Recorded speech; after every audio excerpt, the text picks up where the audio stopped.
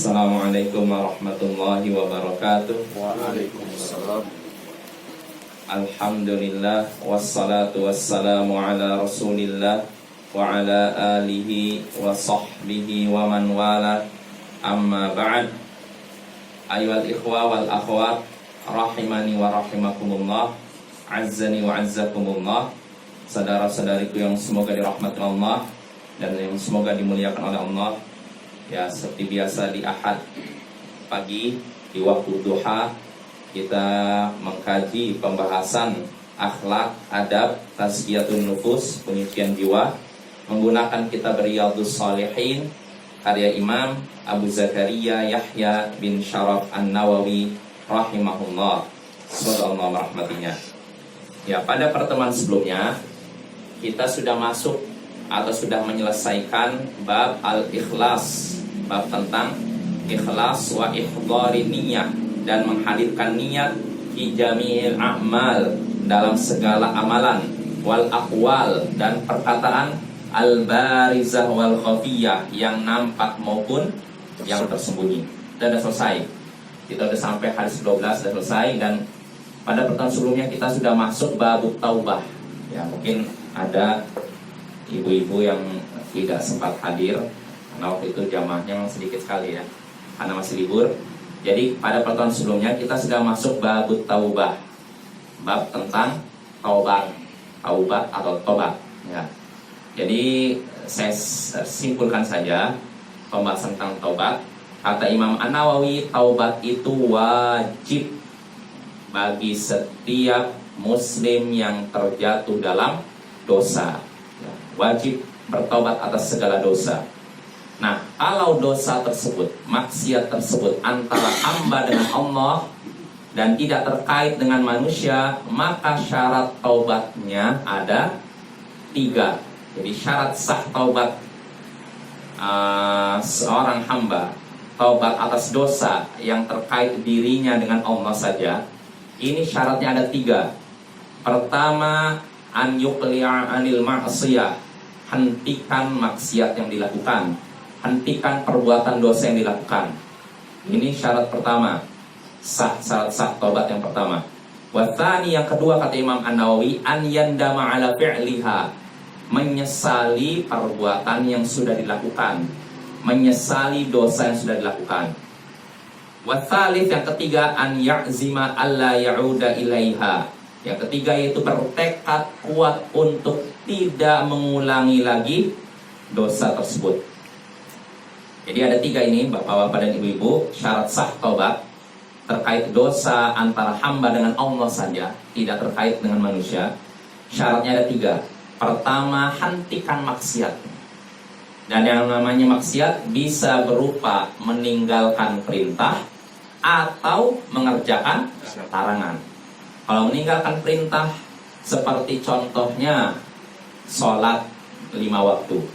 Kalau seorang dulu pernah atau sampai sekarang misalkan meninggalkan sholat 5 waktu, atau tidak mesti sholat 5 waktu, sholat asar saja, misalkan sholat duhur atau sholat subuh biasanya, sholat subuh, sholat duhur rajin, asar rajin, maghrib rajin, isya udah mulai begini, subuh libur. Nah, kalau ada orang yang sering meninggalkan sholat subuh, dia sadar bahwa meninggalkan sholat subuh adalah perbuatan dosa, yaitu meninggalkan perintah. Berarti cara taubat yang pertama katanya tinggalkan maksiat. Berarti caranya bagaimana? Kerjakan sholat subuhnya. Nah ini, begitu juga kalau ada orang yang sudah punya harta cukup melebihi nisab dan sudah sampai 1 haul, dia wajib zakat. Namun dia tidak bayar zakat. Dia tahu bahwa itu kewajiban. Berarti dia sudah terjatuh dalam dosa. Kalau dia mau tobat, tinggalkan maksiat tersebut. Artinya caranya bagaimana? Tunaikan zakat. Ini kalau perintah yang ditinggalkan. Adapun kalau larangan yang dilakukan, contohnya kalau ada orang yang berzina, ini kan larangan kan? Terlarang zina kan? Haram kan? Nah, syarat sah taubat yang pertama, hentikan maksiat. Berarti caranya bagaimana? Jangan zina, ya, hentikan zina itu, jangan zina lagi. Kalau ada seorang misalkan berbohong, Dan bohong, bapak-bapak dan ibu-ibu, bukan dosa kecil. Ini dosa besar. Hati-hati. Jangan sampai kita bermudah-mudahan dalam bohong, dosa. Ya. Itu perbuatan yang sangat hina. Sampai-sampai orang jahiliyah saja menganggap dusta itu, bohong itu perbuatan yang sangat tercela. Kalau ada orang yang ketahuan dusta, itu udah dianggap remeh. Padahal ini orang-orang di zaman jahiliyah, zaman kegelapan dan kebodohan. Mereka menganggap orang dusta itu orang yang hina, rendah. Maka jangan sampai di zaman sekarang orang dusta malah dipuji-puji, malah ditempatkan jadi tokoh. Padahal dia udah terkenal rajin dusta, pintar berdusta. Jangan sampai begitu ya. Jadi nggak boleh kita bohong. Nabi SAW sabda dalam Sunan Abu Daud, wailul lilladzi yuhaddits fayakdzib liyudhikal qaum, wailul lahu. Celaka dan rakalah bagi orang yang berbicara lalu berdusta. Perhatikan ibu-ibu, lalu berdusta, bohong. Nabi doakan celaka dan raka bagi orang yang berkata lalu berdusta agar orang lain tertawa. Dia dustanya biar orang lain tertawa, terhibur. Kata Nabi, wailul lahu, celakalah dia, nerakalah baginya, celakalah dia, nerakalah baginya. Nabi mendoakan sampai 3 kali, celaka neraka, celaka neraka, celaka neraka. Bayangkan, ini orang yang berdusta agar orang lain tertawa. Nah, kalau orang yang berdusta untuk menghibur orang lain saja terancam celaka dan neraka, apalagi yang berdusta untuk menyakiti yang lain. Hati-hati bapak-bapak, ibu-ibu ya. Jangan sampai kita mudah-mudah berdusta. Berdusta untuk menghibur aja itu celaka dan neraka ancamannya. Maka bagaimana pula kalau berdusta untuk menyakiti orang lain, untuk menjatuhkan orang lain. Na'udzubillah min dzalik. Nah, ini dusta. Ini ketika seorang berdusta berarti dia sudah melakukan perkara yang terlarang. Nah, kalau dia mau taubat, cara taubat yang pertama apa tadi? Tinggalkan, jangan dusta lagi. Nah, ini syarat sah taubat yang pertama. Lalu yang kedua, kata Imam An-Nawawi, yaitu menyesali kesalahan yang sudah dilakukan. Kalau seorang pernah meninggalkan sholat 5 waktu, misalkan sholat subuh yang sering ya. Orang awam kadang bermudah-mudahan meninggalkan sholat subuh. Nah, kalau memang dia sadar ini salah, ini dosa, berarti dia harus pertama dia sholat subuh, kedua menyesal. Ya Allah, kenapa saya meninggalkan sholat subuh? Sholat subuh itu sholat yang wajib. Meninggalkan sholat asar saja lenyap seluruh amalan. Maka bagaimana kalau sholat subuh? Hati-hati bapak ya. Meninggalkan sholat asar lenyap seluruh amalan. Sebutkan hadis, man taraka salatul asar faqad habita amalu. Siapa yang meninggalkan sholat asar, maka lenyaplah seluruh amalannya. Sholat asar dengan sholat subuh, mana yang lebih baik? Sholat subuh. Nah, kalau sholat asar ditinggalkan saja, amalan kita lenyap, sedekah kita lenyap, pahala sedekah kita lenyap, pahala haji kita lenyap, pahala apalagi membantu orang lain lenyap, pahala apalagi puasa Ramadan kita lenyap. Ini sholat asar saja. Maka bagaimana kalau sholat subuh? Nah, kalau ada orang misalkan yang bertobat, dia pernah meninggalkan sholat subuh. Pertama, kerjakan sholat subuh, cara tobatnya. Yang pertama, yang kedua, sesal. Ya Allah, saya nyesal ya Allah. Nah, ini kalau perintah yang ditinggalkan. Kalau larangan yang dikerjakan, contohnya tadi zina. Seseorang pernah berzina. Cara tobat yang pertama yaitu tinggalkan zina. Kedua, nyesal. Untuk apa saya berzina? Ini perbuatan dosa yang sangat besar. Ini syarat sah taubat yang kedua. Lalu yang ketiga, yaitu bertekad kuat untuk tidak mengulangi. Setelah seorang pernah meninggalkan sholat subuh, dia mulai mengerjakan sholat subuh, dia menyesali, dan dalam hatinya syarat ketiga, harus punya tekad, keinginan kuat untuk tidak lagi meninggalkan sholat subuh. Nah, inilah 3 syarat yang harus ada pada seorang tatkala bertaubat. Kalau ingin taubatnya dianggap sah atau diterima, ya. Kalau 3 syarat ini tidak terpenuhi, tidak sah. Ya, makanya kalau ada orang, misalkan dia bertobat, saya nggak mau lagi meninggalkan sholat subuh, tapi ketika masuk waktu subuh dia nggak mau sholat subuh, sah taubatnya? Tidak ya. Dia belum menghentikan maksiat. Kedua, ada orang yang meninggalkan sholat subuh atau dustaan, dusta inilah yang sering terjadi di masyarakat kita, bohong, dusta. Dia menyatakan, oh saya tobat nih, saya nggak dusta lagi. Tapi dalam hatinya tidak menyesal. Dia merasa, oh justru saya waktu dulu dusta ini banyak orang yang senang dengan saya. Nah orang seperti ini tobatnya sah? Ya. Tidak sah, karena tidak ada penyesalan dalam hatinya. Lalu ketiga, tidak mengulangi, bertekad untuk tidak mengulangi. Kalau ada orang yang berdusta, dia tidak lagi dusta, katanya nyesal, tapi ada keinginan nanti kalau ada kesempatan saya bohong lagi. Sah tidak tobatnya? Tidak ya. Ini bahaya Bapak ya. Ini syarat sah tobat yang harus kita penuhi, yaitu ada 3. Kalau dosanya terkait hamba dengan Allah. Tapi kalau dosanya terkait manusia dengan manusia yang lain, hamba dengan hamba yang lain, maka kata Imam Nawawi ditambah dengan satu lagi, yaitu wa an yabra'a min haqqi sahibiha. Dia melepas atau istilahnya apa? Melepaskan diri dari tanggungan terhadap orang lain. Artinya dia menunaikan hak orang lain yang sudah dizalimi. Ya. Imam An-Nawawi menyebutkan kalau memang yang dizalimi itu terkait harta, berarti harus dikembalikan hartanya. Ya, kalau memang terkait kehormatan, contohnya menuduh zina, berarti memberi kesempatan orang yang dituduh untuk membalas atau meminta maaf. Ya. Kalau ghibah, menggunjing, maka kata Imam Nawawi minta cara ininya, cara apa? Bertobatnya gimana? Minta maaf kepada orang yang digunjingi.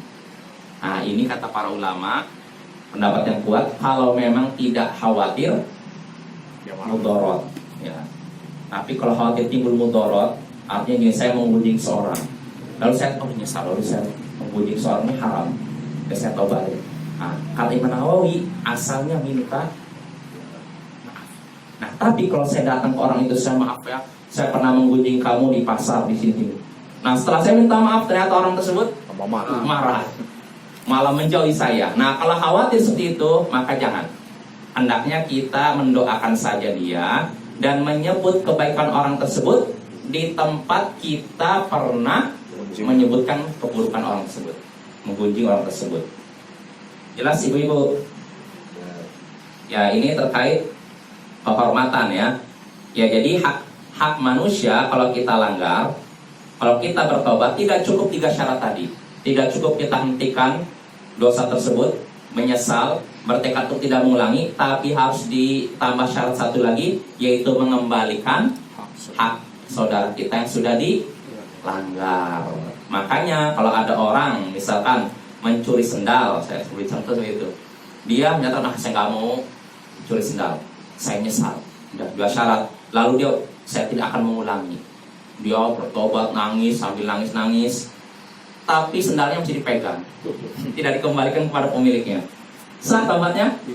Tidak ya, harus ditunaikan syarat keempat, kembalikan sendalnya, kembalikan hak saudara kita yang dizalimi, ya, yang dilanggar. Jadi kesimpulannya, kalau taubat, kalau dosa yang terjadi antara seorang hamba dengan Allah saja, maka syarat taubatnya ada 3, yaitu pertama, hentikan maksiat tersebut. Kedua, menyesali dosa tersebut. Ketiga, bertekad untuk tidak mengulangi. Ini kalau terkait hamba dengan Allah. Adapun kalau dosa tersebut terkait hamba dengan hamba, maka ditambah syarat keempat, yaitu apa? Kembalikan hak saudara kita yang sudah dilanggar atau sudah diambil. Jelas ibu-ibu? Amal yang lainnya meninggalkan asal tak kalau tobat kembali lagi amal. Amal apa? Amal yang lainnya meninggalkan salat asar tadi. Kalau saya Allahu a'lam. kembali lagi amalan. Kata, ada pertanyaan ibu-ibu penting. Kalau kan disebut kalau hadis, siapa yang meninggalkan salat asar, maka lenyaplah seluruh amalannya. Seluruh amalannya Bapak ya. Jadi tanpa terkecuali. Nah, terus pertanyaan, bagaimana kalau taubat? Apakah kembali lagi? Allahu a'lam. Imam Asy-Syafi'i beliau berpendapat kalau ada orang murtad, ini pembahasannya orang murtad ya, bukan pembahasan meninggalkan salat asar. Kalau ada orang dulu melakukan amal soleh, sholat 5 waktu, zakat, puasa, haji, pokoknya berbagai amal soleh, lalu dia murtad, maka amal solehnya jadi apa? Hapus. Nah, pertanyaannya setelah itu dia tobat. Ini saya tobat lah, kembali lagi masuk Islam. Nah, kalau tobat, apakah amalannya kembali? Tidak. Kalau Imam Asy-Syafi'i menyatakan kembali. Tapi ini pendapat Imam Syafi'i, pendapat ulama lain enggak, hilang. Terus kalau dia tobat, ya dia tinggal mulai dari awal lagi. Hitung dari nol. Hitung dari nol lagi katanya. Nah, terus bagaimana dengan sholat asar? Kalau mengikuti pendapat Imam Syafi'i bisa jadi begitu. Kalau dia ini tobat, ya balik lagi amalannya. Tapi kalau ulama lain tidak balik lagi. Dan sepertinya wallahu a'lam, saya lebih condong ke pendapat yang menyatakan tidak kembali lagi.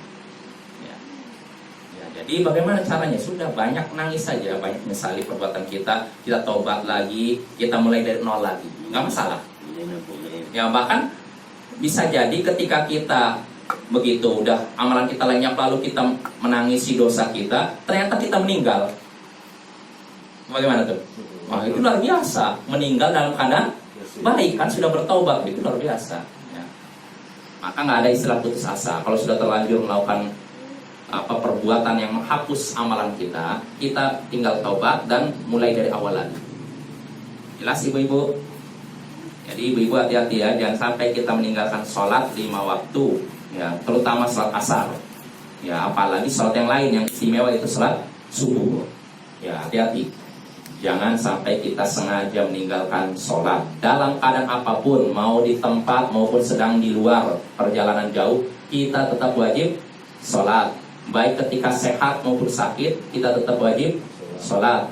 Kalau memang kita tidak mampu berdiri, sholatlah sambil duduk. Kalau duduk tidak bisa, sholatlah sambil berbaring di sebelah kanan menghadap kiblat. Kalau tidak bisa, kaki kita ke arah kiblat terlentang. Kalau memang tidak bisa, gerakan tangan dengan isyarat. Isyarat tidak bisa, dengan hati. Hati tidak bisa, disolatkan. Ya, jangan ada istilah libur ya. Nah ini pembahasan yang kita bahas pada pertemuan sebelumnya, sengaja saya ulangi karena ada yang banyak yang tidak hadir. Lalu Imam Nawawi menyebutkan 2 dalil dalam Al-Quran, 3 ya, dalam bab taubat ini tentang wajibnya taubat. Pertama firman Allah Ta'ala dalam surat An-Nur ayat 31, wa tubu ilallahi jami'an ayyuhal mu'minun la'allakum tuflihun. Bertaubatlah kalian semua. Bertaubatlah kalian semua. Semua, tanpa terkecuali ya. Pria, wanita, tua, muda, miskin, kaya, taubatlah kepada Allah kalian semua, wahai orang-orang beriman, la'allakum tuflihun, agar kalian beruntung.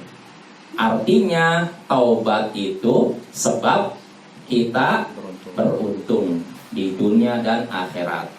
Dan taubat juga sebab lancarnya rezeki kita. Ini sudah kita bahas dalam pembahasan fikih ya, dan juga dalam tafsir surat Nuh ya. Nabi Nuh menyuruh kaumnya untuk beristighfar, bertaubat.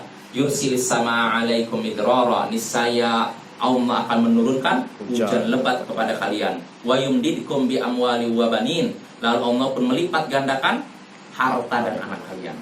Ini menunjukkan taubat sebab dibukakannya pintu rezeki ya. Lalu Imam Nawawi menyebutkan dalil kedua dalam surat Hud ayat 3, istaghfiru rabbakum tsumma tubu ilaihi. Istighfarlah kepada Tuhan kalian, mohon ampunlah kepada Tuhan kalian, lalu bertaubatlah kepadanya. Ini perintah untuk berarti apa? Bertaubat dan istighfar. Lalu Allah juga berfirman di sini melalui Imam An-Nawawi menyebutkan dalam ketiga surat At-Tahrim ayat 8, ya ayyuhalladzina amanu tubu ilallahi taubatan nasuha. Hai orang-orang yang beriman, bertaubatlah kepada Allah dengan taubat nasuha. Bertaubatlah kepada Allah. Perhatikan bapak-bapak, ibu-ibu, dari ayat tadi yang 1, 2, 3, Allah pertama menyebutkan tubu ilallah, taubatlah kepada Allah. Lalu pada ayat kedua, tsumma tubu ilaihi, lalu bertaubatlah kepadanya. Lalu ayat yang ketiga, tubu ilallahi taubatan nasuha, bertaubatlah kepada Allah dengan taubat nasuha. Taubatlah, taubatlah, taubatlah. perintah untuk bertobat. Nah, berarti apa hukum bertobat kalau begitu? Wajib. Wajib. Sebab kaidah usul fiqh al-asr fil amr al-wujub. Asal perintah dalam Al-Quran dan Sunnah adalah wajib sampai ada dalil yang memalingkan dari kewajiban tersebut. Jadi ini kaidah, kalau kita menemukan apapun perintah dalam Al-Quran dan As-Sunnah, maka hukum asalnya wajib sampai ada dalil lain yang memalingkan. Ya, kalau ada dalil lain yang memalingkan dari kewajiban, dalilnya yang memalingkan dari kewajiban menuju sunnah, maka kita katakan sunnah, tidak wajib. Contohnya, mempersaksikan ketika jual beli. Allah katakan dalam surat Al-Baqarah, wa ashidu idza tabayatum. Persaksikanlah jika kalian melaksanakan jual beli. Artinya ini perintah dari Allah, kalau kita jual beli hendaknya ada saksi. Ini perintah Allah bukan? Hukum asalnya apa? Wajib. Tapi pertanyaannya, apakah wajib kita mendatangkan saksi kita jual beli? Enggak. Tahu dari mana? Nggak wajib. Karena Nabi enggak jual beli, enggak ada saksi. Nah ini asalnya memang wajib, tapi ada dalil lain yang memalingkan dari kewajiban, yaitu Nabi SAW dalam beberapa hadis disebutkan beliau pernah jual beli tanpa saksi. Nah ini menunjukkan jual beli dengan saksi hukumnya tidak wajib ya. Nah, itu sunnah. Sebab seandainya wajib, tentu Rasulullah akan apa? Nyuruh sini kamu ini jadi saksi, gitu kan? Nah ini. Jadi kalau memang ada dalil lain yang memalingkan dari kewajiban, maka bisa jadi sunnah. Tapi kalau tidak ada dalil lain yang memalingkan dari kewajiban, maka hukum asalnya perintah dalam Al-Quran dan Sunnah adalah wajib hukumnya. Nah, ini kaidah yang perlu kita pegang rata-rata. Nah itu 3 ayat yang disebutkan oleh Imam Nawawi. Nah sekarang kita masuk saja hadis pertama yang disebutkan Imam Nawawi dalam babut taubah, bab tentang taubat. Berkata Imam An-Nawawi rahimahullahu taala, an Abi Hurairah radhiyallahu anhu qala sami'tu Rasulullah sallallahu alaihi wasallam yaqul wallahi inni la astaghfirullah wa atubu ilaihi fil yaumi akthara min 70 marratan, rawahul Bukhari. Dari Abu Hurairah, semoga Allah meridainya, ia berkata, aku mendengar Rasulullah sallallahu alaihi wasallam bersabda, demi Allah, sesungguhnya aku memohon ampun kepada Allah dan bertaubat kepadanya dalam sehari lebih dari 70 kali. Rasulullah SAW bersabda, saya ulangi, demi Allah, aku memohon ampun kepada Allah dan bertaubat kepadanya dalam sehari lebih dari 70 kali. Rawahul Bukhari. Hadis ini riwayat Bukhari. Nah, maknanya jelas Bapak. Ini hadisnya diriwayatkan oleh Abu Hurairah. Abu Hurairah sahabat Nabi yang banyak meriwayatkan hadis dari Nabi sallallahu alaihi wasallam. Abu Hurairah menyatakan, aku mendengar Rasulullah. Artinya hadis ini didengar langsung tanpa perantara ya. Abu Hurairah mendengar langsung Rasulullah SAW bersabda, demi Allah, sesungguhnya aku memohon ampun kepada Allah dan bertaubat kepadanya dalam sehari lebih dari 70 kali. Bayangkan Rasulullah bertaubat kepada Allah, istighfar, meminta ampun kepada Allah dalam sehari lebih dari 70 kali. Kita istighfar berapa kali dong sehari? Nah inilah kelemahan kita ya. Padahal Rasulullah, saya menanya, Rasulullah dosanya diampuni oleh Allah tidak? Diampuni, sepakat para ulama, diampuni dosa beliau yang sudah berlalu maupun yang tersisa ketika hidup beliau. Diampuni ya. Makanya keliru kalau ada orang yang nyata, kenapa? Karena di TV itu Rasulullah tidak pasti masuk surga ya. Nah itu bahaya sekali ngomong gitu. Nah jadi Rasulullah udah jamin masuk surga ya, dijamin diampuni dosa-dosa beliau, kesalahan beliau. Nah tapi walaupun begitu, beliau istighfarnya, taubatnya kepada Allah dalam sehari lebih dari berapa ibu-ibu? 70 kali, bayangkan. Kalau kita paling ya ketika sholat 5 waktu, udah lupa kita, seakan-akan kita tidak punya dosa. Kalau Rasulullah enggak, dosa beliau udah diampuni, tapi walaupun begitu beliau istighfar. 70 kali. Nah ini riwayat Bukhari. Dalam hadis kedua, ini ada hubungannya dengan hadis pertama. Kita baca hadis kedua. Al-Imam An-Nawawi rahimahullah wa 'anil Aghar bin Yasar Al-Muzani radhiyallahu anhu qala. Dari Aghar bin Yasar Al-Muzani, semoga Allah meridainya, ia berkata, qala Rasulullah sallallahu alaihi wasallam. Rasulullah sallallahu alaihi wasallam bersabda, ya ayyuhan nas, tubu ilallahi wastaghfiru, fa inni atubu fil yaumi mi'ata marrah. Hai sekalian manusia, bertaubatlah kepada Allah dan minta ampunlah kepadanya, karena sesungguhnya aku bertaubat dalam sehari sebanyak 100 kali. Rawahu Muslim, hadis riwayat Muslim. Di hadis kedua, Nabi menyatakan, taubatlah wahai sekalian manusia kepada Allah dan minta ampunlah kepadanya, karena sesungguhnya aku bertaubat kepada Allah dalam sehari sebanyak 100 kali. Kalau dalam hadis yang pertama tadi berapa? Lebih dari 70. Maksud lebih dari 70 kali yaitu berapa? 100 kali. Bayangkan sehari ini, bukan sebulan. Bukan sebulan sekali. Oh, saya bertaubat kepada Allah 100 kali dalam sebulan. Nah, setiap hari, bayangkan. Luar biasa. Ini salah satu bukti yang menunjukkan bahwa Nabi SAW adalah sosok yang sangat bertakwa kepada Allah. Ya. Jelas ibu-ibu maknanya? Ya, pada hadis kedua Nabi menyatakan beliau bertaubat kepada Allah sebanyak berapa? 100 kali. Kalau pada hadis pertama disebutkan lebih dari 70 kali. Tidak bertentangan dua hadis ini kan? Ya kan? Nah, ini hadis tersebut. Dan sahabat Al-Aghar bin Yasar Al-Muzani yang disebutkan dalam hadis ini, namanya memang tidak terlalu masyhur, tapi beliau sahabat Nabi dari kalangan Muhajirin. Dan memang saya juga belum dapat cerita panjang tentang Al-Aghar bin Yasar ini. Nah, ini dua hadis tersebut, hadis Abu Hurairah dan hadis Al-Aghar bin Yasar. Nah, dari hadis ini kita bisa mengambil, dari dua hadis ini kita bisa mengambil beberapa faedah, beberapa pelajaran. Ya, pertama, bolehnya bersumpah untuk menguatkan suatu pernyataan. Bolehnya bersumpah untuk menguatkan suatu pernyataan, walaupun orang yang mendengarkan tidak ragu akan pernyataan kita. Saya ulangi lagi, ibu-ibu. Bolehnya bersumpah untuk menguatkan suatu pernyataan, walaupun orang yang mendengar tidak meragukan pernyataan yang kita ucapkan. Jelas maknanya, ibu? Bolehnya bersumpah untuk menguatkan pernyataan. Artinya gini, sebagaimana Rasulullah ketika mengabarkan kepada para sahabatnya, aku bertobat lebih dari 70 kali dalam sehari. Kira-kira sahabat ragu tidak? Kalau Rasulullah berkata gitu, enggak kan? Ya kan, enggak perlu ya, enggak ragu. Rasulullah, oh iya, Rasulullah berkata, aku bertobat lebih dari 70 kali dalam sehari. Enggak ragu. Tapi walaupun begitu, Rasulullah bersumpah. Tujuannya apa? Menguatkan pernyataan beliau. Nah, yang seperti ini boleh Bapak ya, Ibu.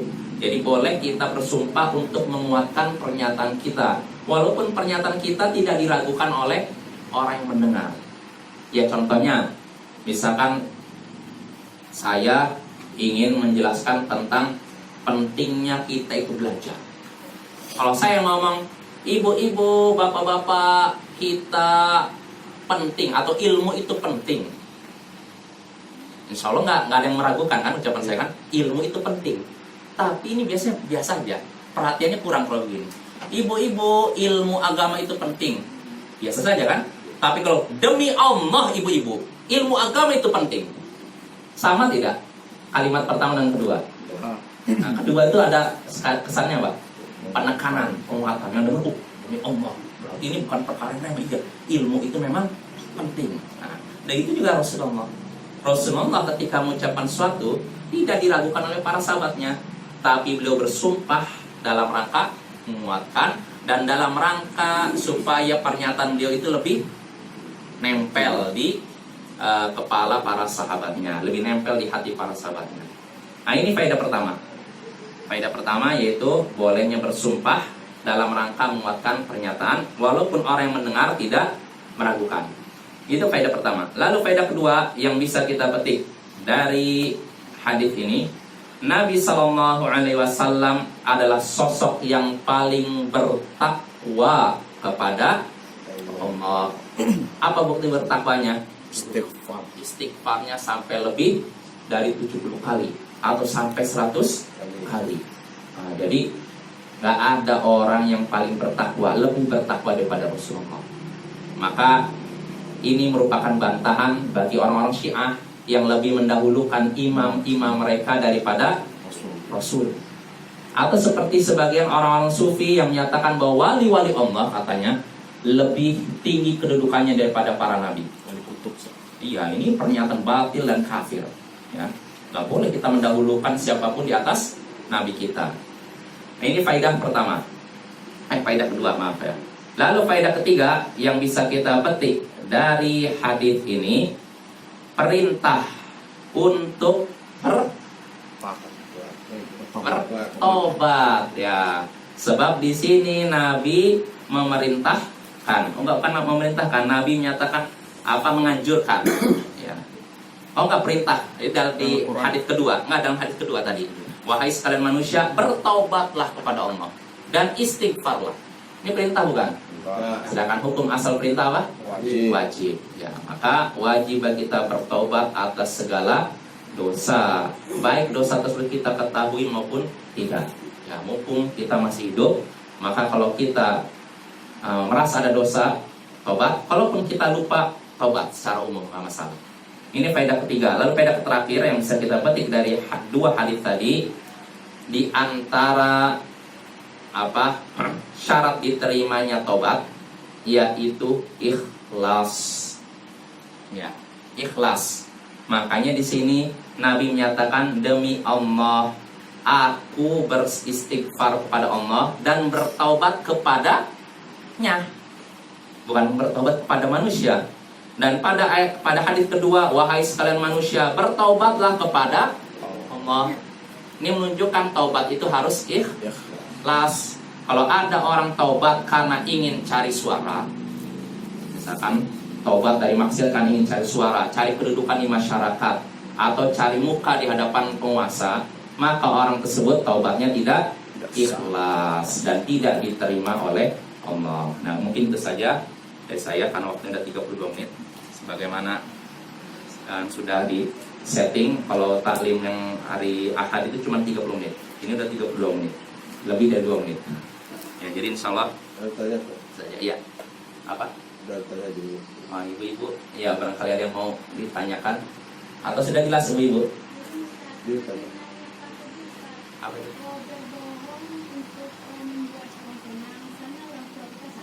Ya.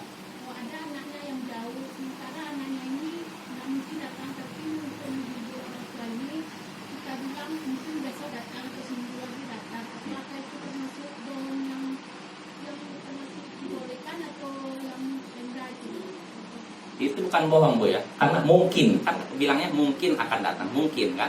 Kecuali kalau pasti besok datang. Nah, itu lain lagi. Misalkan anak ini datangnya bilangnya seminggu tapi bilang orang tua besok datang. Nah, ini dusta. Jangan ya, jangan bilang begitu. Kalau mungkin nggak apa-apa, mungkin kan namanya mungkin. Kalau diganti secepatnya datang. Atau secepatnya datang, bagus gitu. Secepatnya datang. Iya, nggak masalah soal itu. Ya, tapi kalau seorang sengaja berdusta, ya artinya berdusta ini maksudnya seperti para pelawak. Nah, para pelawak itu kadang cerita-cerita nggak jelas, tertawa orang kan, padahal ceritanya dusta. Nah, ini hati-hati Bapak ya. Dan para pelawak ini biasanya, naudzubillah tadi, matinya itu mengenaskan. Udah ada beberapa pelawak di negeri kita matinya mengenaskan, nggak perlu saya sebutkan namanya, aib lah. Dan para pelawak ini memang bisa membuat orang tertawa, tapi dia tidak bisa membuat hatinya tertawa. Dia bisa menghibur orang lain, tapi tidak bisa menghibur hatinya sendiri. Kenapa saya berkata demikian? Karena orang kalau bermaksiat kepada Allah, kira-kira hatinya tenang tidak? Tidak. Ya, para pelawak itu begitu, cerita dusta, kadang melecehkan orang lain, kadang agama dijadikan bahan humor. Nah, ini nggak akan tenang hidupnya. Ada seorang ulama Mesir, mungkin saya pernah cerita udah lama di masjid, Syekh Muhammad Hasan. Beliau pernah ngobrol dengan seorang pelawak terkenal di Timur Tengah, mungkin di Mesir.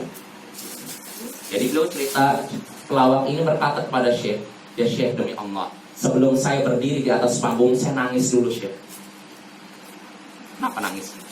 Dia merasa nggak tenang, hidupnya nggak bahagia gitu. Saya nangis dulu, setelah itu saya usap-usap mata saya mungkin supaya nggak nampak baru nangis. Lalu saya ke atas panggung, lalu orang-orang tertawa. Bayangkan, dia bisa menghibur orang lain, tapi tidak bisa menghibur hatinya sendiri. Nah, makanya itulah kalau orang yang bermaksud kepada Allah. Maka kalau ada orang yang berdusta, membuat cerita-cerita dusta supaya orang tertawa, itu terancam hadis tadi. Celaka neraka, celaka neraka, celaka neraka. Ya, ini kalau seorang berdusta untuk seperti tadi, membuat orang lain tertawa. Ya, adapun kalau seorang berdusta karena artinya apa? Untuk apa? Mendamaikan orang lain, ini diperbolehkan. Karena disebutkan dalam hadis Sahih Muslim, Nabi SAW tidak memberikan keringanan untuk berdusta kecuali 3. Pertama dalam perang, kedua ketika mendamaikan orang lain, mendamaikan 2 kelompok yang berselisih, ketiga dalam perang, dalam dustanya suami kepada istri, istri kepada suami untuk merekatkan hubungan di antara mereka berdua. Ini disebutkan oleh dalam Sahih Muslim. Jadi dusta yang diperbolehkan pertama dalam perang. Siasat. Namanya perang kan tipu daya kan? Ya seperti yang terjadi pada Ali bin Abi Thalib. Ali bin Abi Thalib berhadapan dengan orang musyrik. Nah, ketika sudah berhadapan satu lawan satu, Ali bin Abi Thalib ngomong, saya nggak butuh teman kamu. Orang musyrik nengok ke belakang, dikirain teman yang datang, Ali langsung nebas, matilah dia. Ini kan dusta kan? Nah, tapi itu boleh dalam perang ya. Itu pertama. Kedua, dalam rangka mengislah, memperbaiki hubungan 2 orang yang saling berselisih atau 2 kelompok kaum muslimin yang berselisih. Misalkan A dengan B bertengkar atau hubungannya tidak akur. Saya datang ke A, si B itu katanya dia tuh benar-benar rinduin ketemu kamu. Dia nyesal sudah menyakiti kamu. Padahal si B tidak nyesal, tapi saya dusta supaya si A dekat dengan B. Selesai. Lalu saya datang ke B. Si A itu sebenarnya udah nyesal dia nyakiti kamu. Dia pengen bertemu dengan kamu, cuma dia malu. Padahal si A tidak menyesal. Nah, akhirnya si A dan B berusaha untuk akur lagi dan akhirnya damai. Yang sedih boleh Bapak. Kita berdusta untuk mendamaikan ini boleh. Nah, ini yang kedua. Yang ketiga, dustanya suami kepada istri, istri kepada suami untuk merekatkan hubungan mereka atau membuat hubungan harmonis. Ini pun boleh. Ya contohnya misalkan istri masak sayur asem. Dia lupa masukkan ini, misalkan masukkan asam, tapi yang dia masukkan misalkan jahe. Atau dia ini lupa atau bikin teh manis, ternyata dia masukkan garam. Diaduk-aduk, ini silakan bang, diminum kita, asinnya luar biasa. Ditanya kenapa bang, kemanisannya? Oh enggak, enak kok. Padahal dia asin sekali. Nah ini kan dusta kan? Nah, tapi tujuannya untuk apa? Nah, supaya istri tidak sakit. Nah, ini boleh ya. Ustaz, kalau dusta seperti ini Ustaz, misalnya ada seorang merantau kan, orang tuanya kampung, lalu dia sakit nih, dia rantau, ditelepon semua orang tuanya. Gimana anak sehat? Alhamdulillah sehat. Padahal waktu itu dia sedang sakit, itu apa boleh itu Ustaz? Agar orang tuanya tidak khawatir. Oh ini ada pertanyaan nih Bu. Kalau misalkan seorang sedang merantau, lalu ditanya oleh orang tuanya, bagaimana nak, kamu sehat? Alhamdulillah sehat, padahal dia sedang sakit gitu ya. Sebaiknya jangan berkata gitu. Cukup aja ucapkan Alhamdulillah Bu, saya ini seperti biasa. Atau bagaimana lah, jangan dusta ya.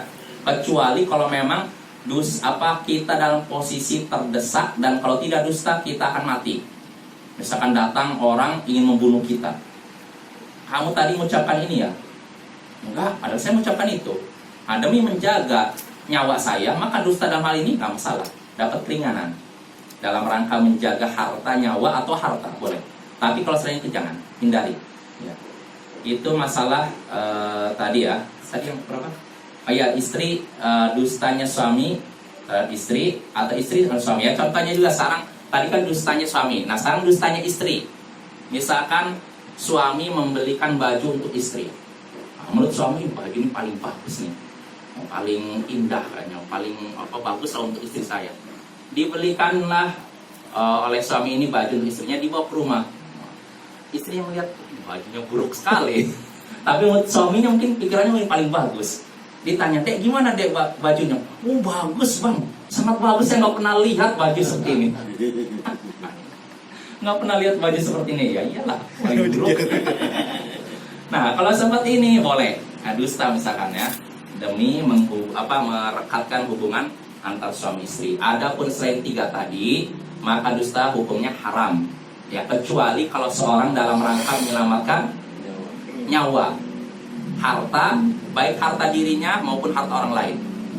Ini boleh Bapak. Ya, contohnya kata para ulama seperti misalkan kita menyaksikan ada seorang ulama yang jujur, yang baik. Anggap PKI menguasai Indonesia. Orang-orang PKI mencari ulama-ulama mana nih? Nah, ulama ini kita lihat, dia datang ke rumah ini, bersembunyi di sini. Lalu datanglah polisi, polisinya udah terkena pengaruh komunis. Kamu lihat ulama itu? Oh Pak, saya nggak lihat. Padahal kita baru saja lihat dia di sini, bahkan sembunyi di sini, tapi kita berdusta. Maka berdusta untuk menyelamatkan nyawa orang lain diperbolehkan. Jelas, Bapak Ibu? Ya, jadi kesimpulannya yang tadi yang terkait dusta kepada orang tua, ya jangan berdusta ya. Kalau bisa menggunakan kalimat lain yang tidak mengandung unsur dusta. Ya. Tapi bukan berarti jujur 100%, artinya bikin orang tuh meninggal akhirnya. Tapi ya itu pakai bahasa-bahasa yang istilahnya apa ya? Tauriah. Tauriah itu satu kalimat, satu perkataan yang memiliki 2 makna. Kita menginginkan makna A, tapi yang mendengar mengira makna B. Nah, itu jelas? Jelas Ibu ya? Ya, hindari dusta ya. Kita menjadi orang yang jujur dalam segala hal. Saya jadi ingat kisah Imam Syafi'i, yang kisahnya masyhur. Imam Asy-Syafi'i suatu hari dititipkan oleh ibunya sebuah harta. Ibunya nitip, "Nina, kamu," Imam Syafi'i masih kecil ketika itu, dititip oleh ibunya harta untuk diberikan kepada kerabatnya, kalau nggak salah kakeknya. "Nina, uang saya titipkan kamu sampaikan kepada si Fulan. Fulan ini tak kakeknya, tak kerabatnya." Nah, hartanya lumayan besar. Nah, Imam Syafi'i pun numpang dengan rombongan musafir gitu. Nah, ketika sudah naik dengan ini rombongan musafir, tiba-tiba di tengah jalan dihadang perampok. Satu persatu penumpang diturunkan. Nah, satu persatu penumpang diturunkan. Lalu diminta satu persatu uang mereka, harta mereka. Penumpang pertama, "Saya nggak punya ini." Padahal punya. Kamu hampir semuanya nggak punya, ngaku nggak punya. Nah, giliran Imam Syafi'i ditanya perampoknya, "Kamu punya uang nggak?" Kata Imam Syafi'i, "Punya." "Berapa?" "Sebutkan." Polos dia. Akhirnya perampok ini kaget, "Loh, kok kamu kenapa sampai polos sekali? Penumpang yang lain mereka mengatakan nggak punya, kamu punya, bahkan jumlahnya besar." Apa kata Imam Syafi'i? "Saya sudah berjanji kepada ibu saya." Jadi ibunya ingatkan, "Hendaknya engkau selalu jujur dan jangan dusta, dan saya nggak mau menyelisih janji saya kepada ibu saya." Bayangkan. Jadi perampoknya dijelasin ke perampoknya bahwa saya punya uang dan uangnya segini besar gitu. Akhirnya perampoknya kaget. Oh, anak ini sampai begitu, dia menjaga janjinya untuk tidak berdusta dalam keadaan apapun. Akhirnya apa? Perampoknya tidak jadi merampok, bahkan dia bertobat.